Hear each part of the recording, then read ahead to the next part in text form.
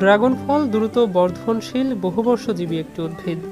Dragon ফলের উৎপত্তি দক্ষিণ আমেরিকায় হলেও ইতিমধ্যেই বাংলাদেশে ব্যাপক জনপ্রিয়তা অর্জন করেছে ফলটি। বাংলাদেশে সর্বপ্রথম ২০০৭ সালে থাইল্যান্ড, ফ্লোরিডা ও ভিয়েতনাম থেকে এই ফলের বিভিন্ন জাত আনায়ন করা হয়। ড্রাগন গাছ এক ধরনের ক্যাকটাস জাতীয় উদ্ভিদ। যেখানে প্রাণের সঞ্চার সেখানে তো রোগের আক্রমণ ঘটবেই।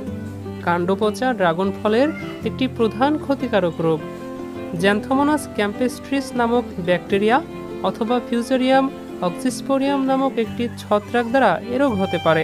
সাধারণত কোনো স্থান কেটে যাওয়া বা ক্ষতস্থান থেকে এর সংক্রমণ শুরু হয়।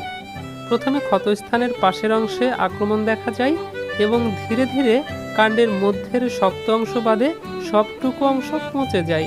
এ রোগ হলে গাছের কাণ্ডে প্রথমে হলুদ রং এবং পরে কালো রং ধারণ করে এবং পরবর্তীতে ওই অংশ পচন শুরু হয় এবং এক পর্যায়ে আক্রান্ত অংশটি পুড়ে যাওয়ার মতো দেখায়।